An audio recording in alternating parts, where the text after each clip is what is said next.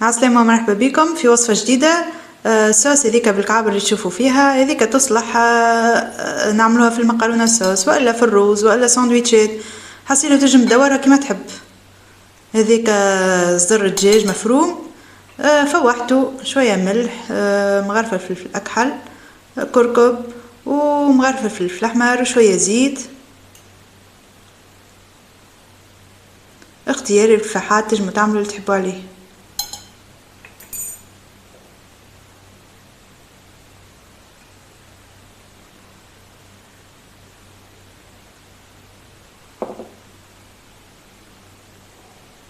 ولا بعد كعبرتهم ورميتهم في الطبق، ومن بعد تعديت نحضر في الصوص.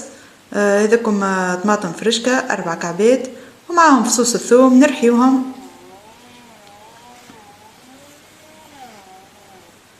نزيدوا عليهم شوية ماء، كاس هكاكا ماء،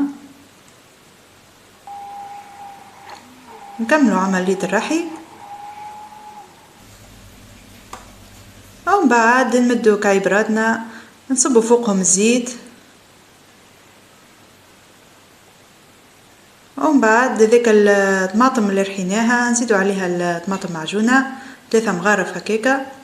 تحبوا تنقصوا نجموا نعملوا أقل، تجينا صوص خفيفة. انتي وفي شنو مش تستعملها؟ انا اليوم باش نطيب مش نعمل بها مقارونة صوص. باهي فوحتهم كالعادة نفس الفحات اللي استعملتهم في الدجاج، وزدت عليهم جست شوية تبل كروية، مغرفة هكاكا صغيرة. المغرفة راهو اللي نستعمل فيها هذيك صغيرة بالباهي معناها شوية نعملوا الفحات.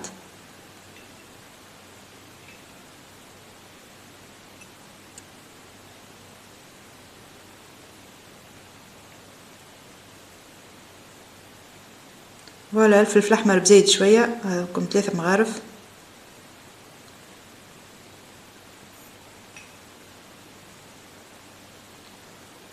بعد نخلطو كل شيء مع بعضه ونحركوه بالباهي ونصبوه فوق الكعيبرات نتاعنا، ومن بعد نرميوه يا اما في الفور يجي مجمر، ولا نرميوه على الغاز عادي. انا طيبتهم على الغاز.